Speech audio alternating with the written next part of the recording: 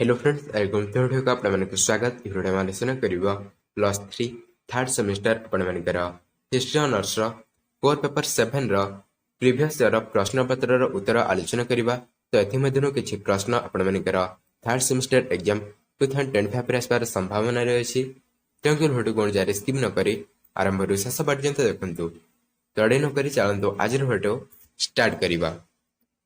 Third semester history honours core paper 7 प्रथम रही दिंतु part 1 एथरे रही शून्य स्थान पूरण कर एवं गोटे शब्द उत्तर दियो प्रश्न 12टी प्रश्न रही प्रत्येक प्रश्न मूल्य होची 1 मार्क लेखाए। तो प्रथम प्रश्न रही दिंतु चाचनामा मूलतः क्यों भाषा रे रचित होइतिला। तो यार उत्तर होची कोन ना उत्तर होची अरबिक भाषा रे प्रथमे रचित होइतिला। मूलतः अरबिक भाषा रे रचित होइतिला। तापर रची प्रश्न नंबर 2 रे तुगलकनामा लेखकक नाम डैश। तुगलकनामार लेखकଙ୍କର नाम डैश दरोजिकन ना अमीर खुसरो। अमीर खुसरो। तापर रही दिंतु परवर्ती प्रश्न नंबर 3 रे प्रथम सुल्तानी शासक डैश राजत्व सिद्धांत को प्रस्तावित करथिले। उत्तर होची कोन ना गियासुद्दीन बलबन। बलबन प्रस्तावित करथिले। तापर रही दिंतु प्रश्न नंबर डी रे हुमायून शाहଙ୍କ शासन समय डैश बाहमान राज्यर प्रधानमंत्री थिले। हुमायून शाहଙ୍କ शासन समय डैश बाहमान राज्यर प्रधानमंत्री थिले कौन ना मोहम्मद गौवन। मोहम्मद गौवन। तापर रही प्रश्न नंबर ई रे विजयनगर राज्यर सर्वश्रेष्ठ शासक किए थिले। विजयनगर राज्यर सर्वश्रेष्ठ शासक किए थिले। उत्तर होची कोन ना उत्तर होची कृष्णदेवराय। कृष्णदेवराय विजयनगर राज्यर सर्वश्रेष्ठ शासक थिले।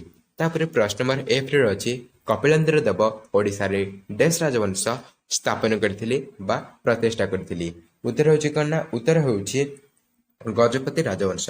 गजपति राजवंश कपिलेन्द्र देव ओडिशा रे स्थापन करथिले। तापर प्रश्न नंबर जी रे रही 24 टी कर उच्छेद करिवारे क्यों सुल्तानी शासक कठोर पदक्षेप नेथिले। 24 टी कर उच्छेद करिवारे क्यों सुल्तानी शासक कठोर पदक्षेप नेथिले। उत्तर होची कोन ना उत्तर होची अलाउद्दीन खिलजी। तापर रही प्रश्न नंबर एच रे सुल्तानी शासक डैश बाजार नियंत्रण नीति को लागू करथिले। सुल्तानी शासक डैश बाजार नियंत्रण नीति को लागू करथिले। तो उत्तर होची कोन ना उत्तर होची से अलाउद्दीन खिलजी। तापर रही प्रश्न नंबर आई रे किए गुजरात रे अहमदाबाद शहर स्थापन करथिले। किए गुजरात रे अहमदाबाद शहर स्थापन करथिले। तो उत्तर होची कोन ना सुल्तान अहमद शाह प्रथम से स्थापन करथिले। तापर रही प्रश्न नंबर जे रे भारत को आसीथवा प्रारंभिक सुफी व्यवस्था नाम डैश थिला। कोन था ना चिश्ती ऑर्डर रहिथिला। तापर रही प्रश्न नंबर के रे किए बीजक रचना करथिले। बीजक किए रचना करथिले। उत्तर होची कोन ना कबीर। तापर रही प्रश्न नंबर एल रे भक्ति आंदोलन प्रथम संस्कारक किए जे कि महिला मान को निजर शिष्य रूपे ग्रहण करथिले। उत्तर होची कोन ना कबीर। पार्ट 1 समस्त 12टी एकांर विशिष्ट प्रश्न गुड़िकर उत्तर। तापर रही पार्ट 2 एथरे रही आंसर एनी 8 10टी प्रश्न रही से जेकोसी 8टी उत्तर देवाक पड़ो तापुणी 2 ରୁ 3टी वाक्य एवं प्रत्येक प्रश्न मूल्य होची 2 मार्क लेखाए। तो देखो प्रश्न नंबर ए रे रही किताब उल यामिनी कौन। तो यह प्रश्न उत्तर आम नेक्स्ट वीडियो आलोचना करबा। तापर रही परवर्ती प्रश्न सुल्तानी शासन रे चारिश बाहिनी कौन थिला। तापर रही प्रश्न नंबर सी रे अहमद बिन तुगलक राजधानी मोहम्मद बिन तुगलक राजधानी स्थानांतरणकरण कौन थिला। तापर प्रश्न नंबर डी रे रही किए एवं केबे बाहमानी साम्राज्यर स्थापन करथिले। तापर रही प्रश्न नंबर ई रे कलिंग मंदिर कला स्थापत्यर विभिन्न प्रकार गुड़िक लेख।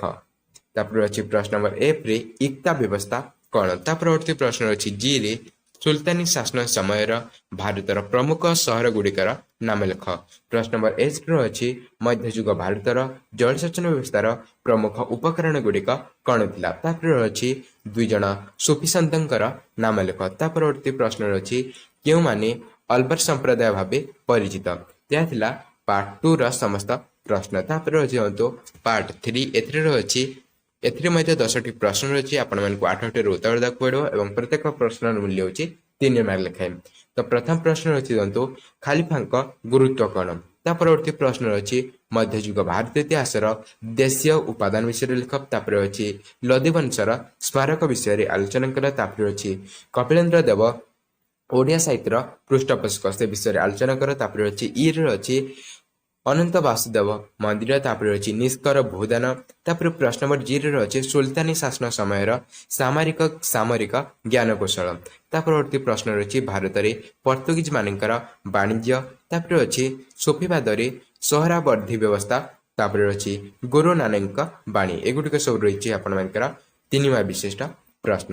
ତ ଏଥିମଧ୍ୟରୁ କିଛି ପ୍ରଶ୍ନ ଆପଣମାନଙ୍କର ଥାର୍ଡ ସେମିଷ୍ଟର ଏକ୍ଜାମ 2025ରେ ମଧ୍ୟ ଆସିବାର ସମ୍ଭାବନା ରହିଛି। ତେଣୁକରି ଆପଣମାନେ ଏହି ପ୍ରଶ୍ନଗୁଡ଼ିକର ଉତ୍ତରକୁ ଭଲ ଭାବରେ ପଢ଼ିବେ।